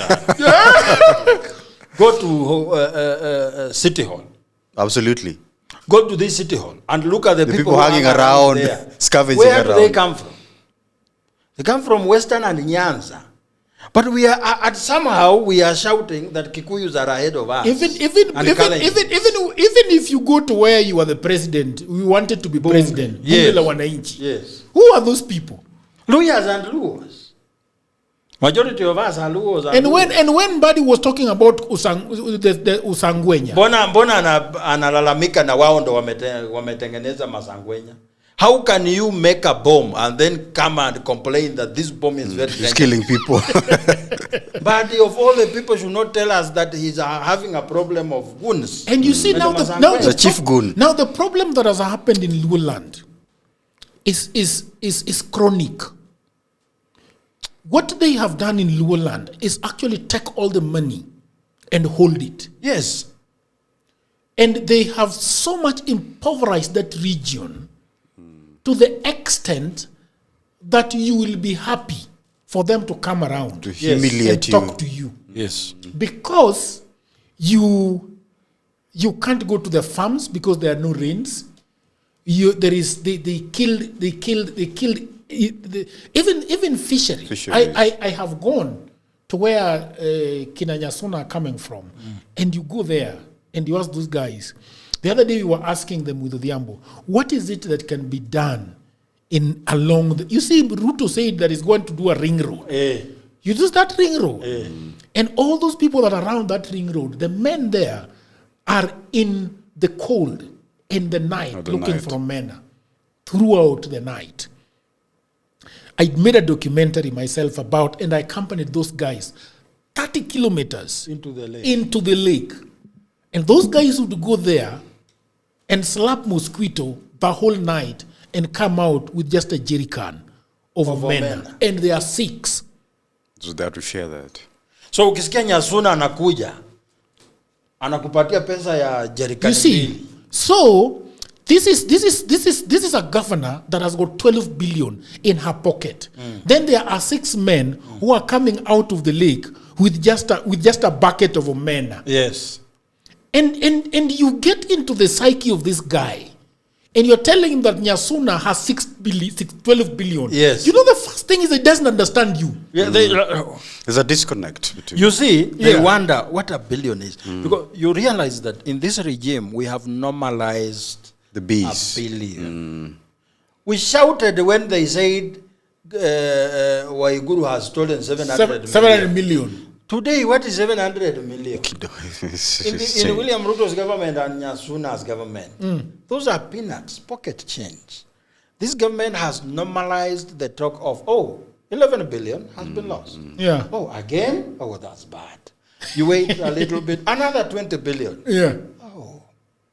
Terrible. Oh, terrible. And do you know we don't even stop to think about what the implication of that. For example, I run a studio from which Ruto gets money. Yes. Ruto takes money from this studio. When Google sends me money, Ruto is taking some. Yes. And it is cut by Google. I don't send to him. No. Directly Google takes and sends to Ruto. Okay? Then once it gets into my M-Pesa, now Ruto is waiting for me at the supermarket. Yes. He's waiting for me at the petrol station. He's waiting for me at my concubine's house. Everywhere. You see, he's waiting for me everywhere. Even in Abusa den. Now, come to me. For example, you are asking me, how has Ruto helped me with this studio? Nothing. He's taken more than he has given. You know, nothing. Like creators in this city get nothing from this government. They put it in a ministry called Youth Affairs. Do I look like a youth? Again, ambiguity. You see, at now we are creative. What is creative economy? The PS for youth and creative economy. Well, you know, so the best thing they can do is to call Itumbi, call you in a hall, give you some money, and say we are now. You're grateful for that. But when they are taking that, you can imagine somebody even giving you 1 million and a grant and saying, okay, who are the top podcasters in this country? Yes. We want to give you a grant of 2 million each. Yes. How much? No, they can't do that because this that can also be directed to tourism fund so that it can create. Yeah. That money can be taken to paying salaries for counties. You see, this podcast, I can tell you, if they had power, they would shut it down. Why? Because they cannot censor what you bring here. If they are the ones to give you to look at this, somebody told me one day that Jagero, if it was days of special branch, yes, we would come there and we would ask you what you are doing. Yes. Then we will hold you with your 2 legs and drag you down the stairs. If they have to look at this this document, and to approve for you to come here, this podcast wouldn't be here. You know, and I wonder how we can be sending this document to the people of the internet. It's a very important document. It's a very important document. I have sent it around. I sent it around. You sent it around, eh? Yes, the people. You can have your website where repository where they can download. Yeah, where they can download. Yeah, we can put it on the website. Can we read some of the comments from the people today? People have spoken the people a lot. Of the internet. And someone has said, Jagero never responds to messages from Germany. Germany. Where is anaitwa Brian Allen? Where is our billion? Wanna send some money. What's the currency for Germany? Euro. Yeah. It's very strong. Brian Allen. It is very, very strong. Send us some euro, bwana. Yeah. Martha Okelo is saying, let us agree that reasonable administrative infrastructure is necessary. You will not serve people under trees. Underlined reasonable. Really can't be saying, Jagero, the pre-primary teachers should be under TSC, not the county. Okay, fine. Somebody is saying Kenya politics is a transaction. Right? Somebody is saying our focus on the national government blinds us to, that is Kelvin, our focus on the national government blinds us to the potential of devolution. Tungekuwa tunafinya MCAs na governors, ile maendeleo tungepata is far more than we can comprehend. Nuru is saying counties are oversighted by the Senate, not ministry. They have never failed to get their allocation. In fact, it has increased with very little results, except the governor for his henchmen. Okay, Martha Okelo is saying no system will ever work until Kenyans realize their role in good governance. Skippo is saying, I don't know why most of these people appearing in media always assume it's just them who know things and not we have information. Being silent does not mean ignorance. Okay, so why is that coming? Why is he not in the media? He's not even saying what he knows. He's only saying he knows things better than some of us. Umwami Kandui, karibu. Umwami Kandui. Ababu is saying that. Yeah. Okay, Oscar is saying, I had a lady talking in this podcast. The camera guy is doing injustice to the lady and the people of the internet. You want to enjoy. You will die very fast. You will die very fast. Goodyear is saying, yes, where is our billions gone? Looting has not started with Ruto, has been there since 1963. Jomo Kenyatta was the start of looting and bribes. Ruto has just upgraded the bribes and the loots. So, okay, Nicholas Onyango is saying, hi, Dr. Jagero. Am I a doctor? I am doctor of internet. Doctor of politics. I'm so much glad I thought I was watching a political live. It is live, actually. Yeah, we got so quiet we did not mention them, so they thought we were not live. But we have been live. We have been live all through. Yeah. Jonah is saying, Jagero, why are you hiding this Vashti character? Where is she? Nani wanaume tu wanauliza you swali. Wanaume wako na sida.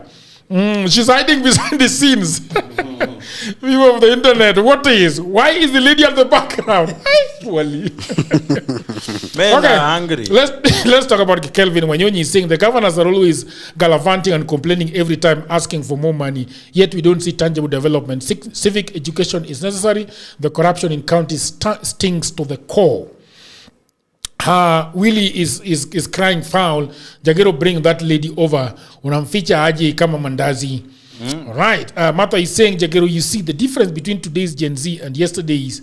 At least she has context. The truth is that while others are constructing additional hospitals, others are constructing the first hospital. Okay, there is so much to be said here. Adam is saying, please note that even areas such as Western Kenya, especially Busia, Siaya, Turkana, and parts of Coast are also neglected, just as the one in Northeastern. Neglected by who? Okay, let me read from Edwin before you say something.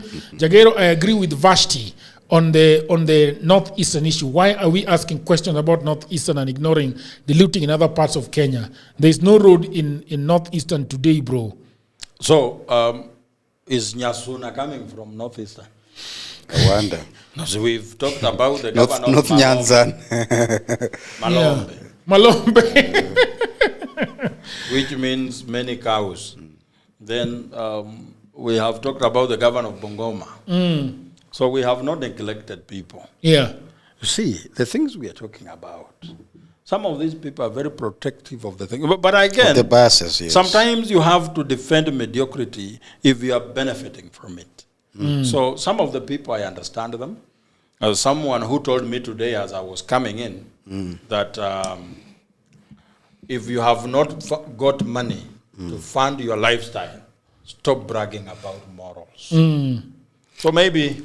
I also have another theory. You see, there's something called proximity, which Devolution proposed. And sometimes the idea that we have a local or ethnic-leaning county government, we tend to think that that's just enough. Yes. But it is not enough. If you're not an active citizen who's asking questions, who's looking at our ward, these guys say they're going to build a borehole. These guys say they're going to build a dispensary. Has that happened over the last 3 years? Is there anything going on towards that direction? When you listen to a speech made by the governor of Bungoma, 70% of it are Bukusu riddles. Oh my goodness.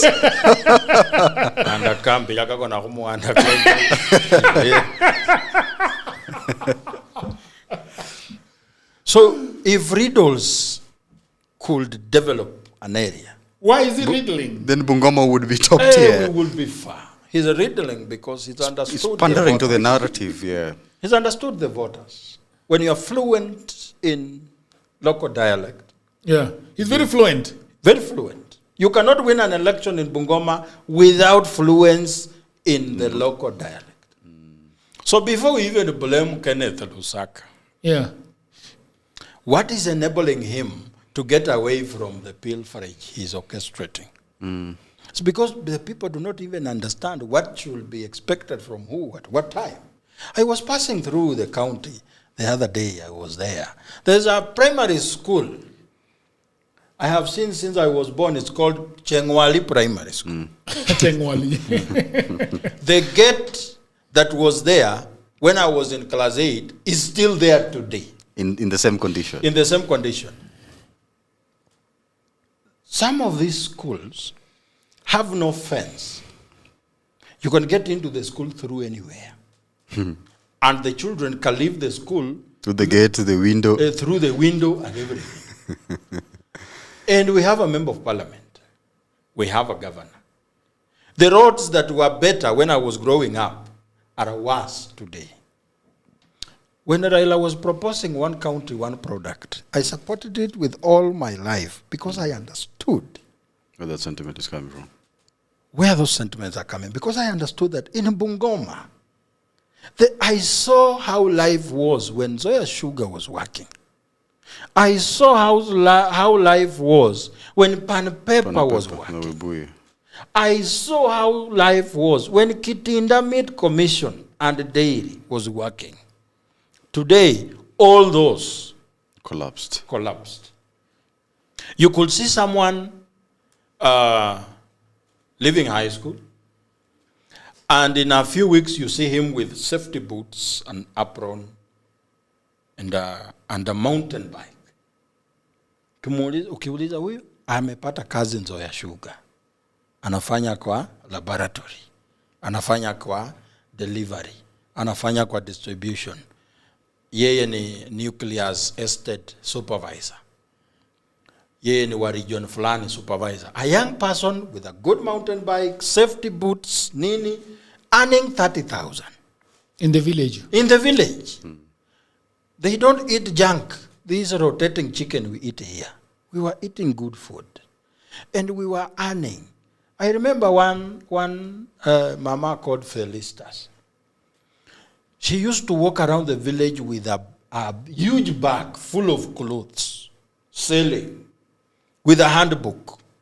She could come to our home with the 12 children. My mother could take the clothes for all of us and tell her, you go, you will come for money. She just notes down and leaves. Do you know why she used to accept?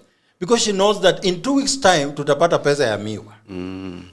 Some 70,000 here and there. Na kirudi, mama yangu wakati mwingine alikuwa ananituma mimi mwenyewe na pesa kupelekea huyo mama. I didn't know that that was a privilege we used to have, courtesy to the existing industries in that county. Today, Nzoia Sugar does not work. Mumias died.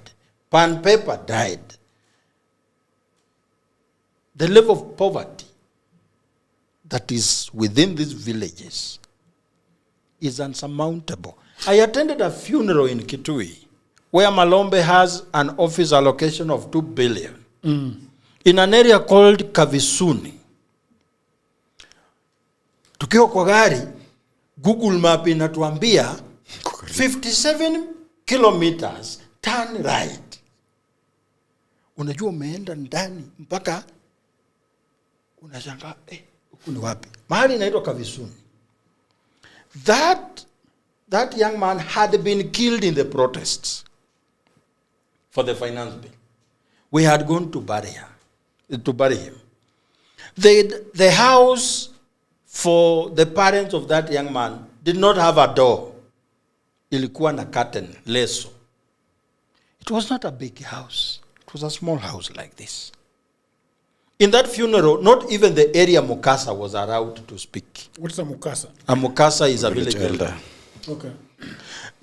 Why wasn't he allowed to speak? Because he represented government. The level of poverty that is dehumanizing. And you look at the governor from that same county using 2 billion in his office. There is a you know, when we were growing up in the village Nyakach. So there are several things that would happen because of, well, we called it poverty then, but looking back, I don't see it as poverty anymore. Yes. Because they could go to the farm and my mother would get veggies. I think they used to they're just wild veggies. She would come and cook them. And then there was always a maize. When I was growing up, my grandmother, you could actually recycle the maize that you are planting. Yes. So you take a few, and then put it above the fireplace. Then ungo. Yes. Yes. And then you can actually plant them. You know that Today that's illegal. That is That's illegal. illegal. It was eradicated. You can't. Yes. That's illegal. No, it's not even without illegality. You cannot take what the seeds you buy.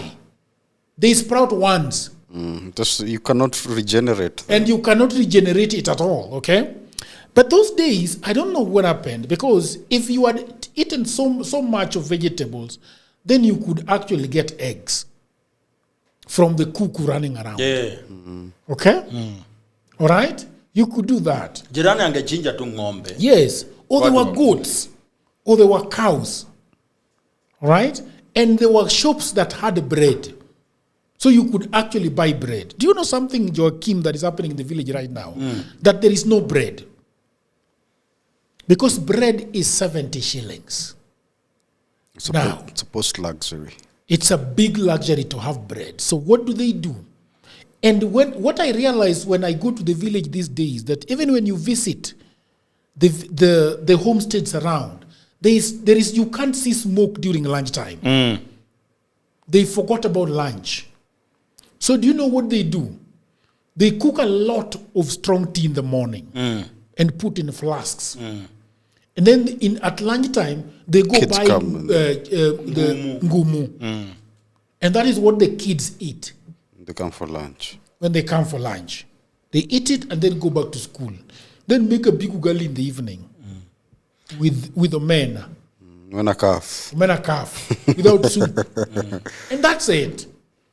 So that is what devolution has given us. You see, in finishing. Yes, because as we close this episode, I think this statement of saying that the price of democracy is timeless vigilance is that whenever you take a back seat as the people, dictatorship creeps in, pilferage of resources. Because if people decided today to get justice for the money, they will get it. They will get it. If the people of Western barricaded all those roads that leave Kenya to Uganda and say we are not going to leave these roads until Nzoia Sugar is revived, they will open get it. Kama Ruto alikuwa anapiga kifua vijana wakapanda tu. Karibu tupeleke yeye mbio hapa. Akona bahati. Kulikuwa na mtu anaitwa Raila Amolo Odinga. Saa hii wacha nisimalizie. So the people must know that no one is coming to defend them. None of us will defend you. The only person who is going to defend you in Nyakaji, defend the other one in Kavisuni, defend the other one in Kisuluni, and in Suna. It is the people in those areas. Otherwise, these other ones are living large on our poverty. But Mungu halali kayole. Niulize kwa nini? Wakati unakula pesa yenye nafaa kusaidia watu waishi maisha mzuri, Mungu akona sheria inaitwa the law of compensation. That money you steal from people, you are going to pay a doctor in India. That's dark, that bro. money you steal from people. Yeah. We have a recent casualty. You cannot survive. You cannot, because kosea watu kabisa, lakini mtu asiwahi kuambia amekuachia Mungu. Mtu akikwambia tu nimekuachia Mungu, tafuta yeye kabisa, malizana na yeye. Mungu kando. Yes.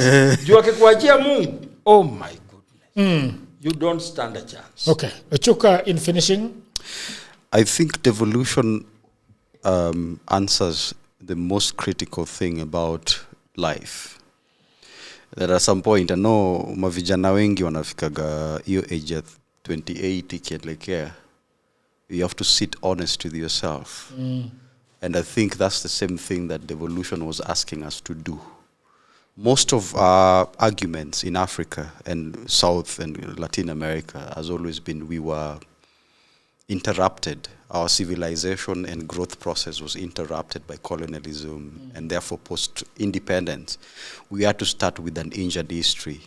True, but then again, that's not the same argument we are supposed to be making 60 or 100 years after independence. So devolution came with auditing, because I think it's an auditing tool. And auditing tools usually ask very critical questions. If I was given this life, if I was given this amount of money, if I was given this responsibility to run this office, what have I been able to do with it? So as our viewers, I want to leave you with 3 questions. Number 1 is, can you trace a completed project in your ward or constituency level that falls under county government? Number 2, has road access improved in your ward at the grassroots level, has it improved over the last 3 years? And if not, why is the case? If yes, what has contributed to that road being improved? Number 3, would you vote based on budget priorities? Let's say the county government says we have 6 wards in our county. Every ward is going to be given or allocated at least a minimum amount of this billion, and it's going to go to these projects. So if we create, in essence, what I'm saying is devolution is a public budget dashboard. For techies or a dashboard ni kama rota, ile ya teacher of duty. Ameweka hapo teacher Mr. Oduro Jagero, atakuwa kwa week 13. Atakuwa anafanya all these roles. So a dashboard ni ya serikali imeweka. Kama if you are supposed kutenga 15.4 million for fisheries, what has been happening towards fisheries in our county?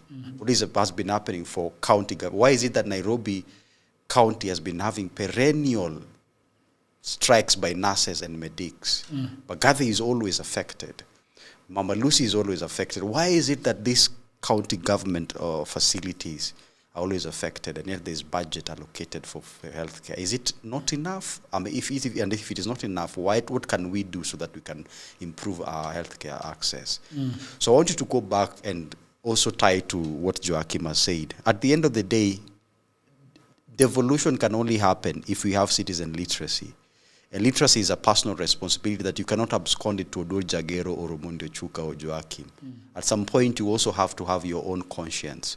And let us stop deferring that responsibility to national government where it is not owed. We have to start from the ground up, and that is what will actually even create the capacity so that we don't have to humiliate ourselves looking for somebody to help us out of our problems. Yes. Okay, Vashti, we are going to play a video of the Council of Governors refusing to appear in the Senate Public Accounts Committee. But let me give Vashti, what do you think in 1 minute? For me, I think that devolution has failed, just like Joachim and Omondi. And someone has said that we should look at our ward. I think it's Omondi who has said, and see what kind of projects have been completed. Personally, in the ward that I come from, we have a road that started being built last year, and up to now, it has not yet been completed, and it is under the county government. So, the counties, the governors, the MCAs should all pull up their socks. And when we are talking about oversight, all of us should look at the MCAs. What is the role of an MCA? What oversight role is he or she playing at the county assembly? Let's not just look at the other things. And during election next year, kindly be very careful on who you vote at the county assembly first, before you go and look at the president, at the governors, etc. Look at, you are a member of a county assembly, you are a member of parliament, etc. So that is my word for today. Okay, let's see the governor refusing to appear in the Public Accounts Committee. On governors' appearances before the Senate Public Accounts Committee, CPAC, the Council of Governors notes with great concern the continuous and escalating extortion, political witch hunt, harassment, intimidation, and humiliation of excellency governors by certain senators when they appear before the Public Accounts Committee of Senate. To this effect, the Council has resolved that governors will not appear before the Senate Public Accounts Committee until these concerns are addressed through a structured engagement between the leadership of the Council and the Council of Governors. Between the leadership of the Senate and the Council of Governors. I'll take that again. To this effect, the Council has resolved that governors will not appear before the Senate Public Accounts Committee until these concerns are addressed through a structured engagement between the leadership of the Senate and the Council of Governors.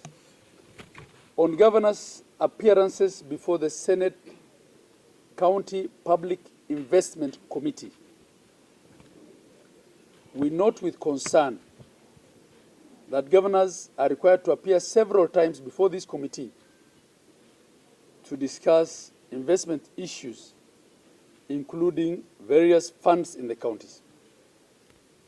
Governors have therefore resolved that they will only appear once before this committee of the Senate County Public Investment Committee, once for every audit cycle. Because what's happening, we've been made to appear for this hospital, this investment, that. It's not going to be possible. We will only appear once. All right. People of the internet, thank you very much. It was a pleasure having you here. Please, if you're not subscribed to Political Headache, please do subscribe. Hit on that notification bell so that when we have something like this, you'll be the first person to be notified. We are having our lives every 7:30 p.m. in the evening. Tomorrow we are having IEBC talking about why it started, why the people of Kenya do not have any faith in IEBC. So join us together. Tomorrow we have got videos, we have got context, and we'll be Omondio Choka will be with Simiu tomorrow. Probably Mundalo also. Until another episode, bye for now.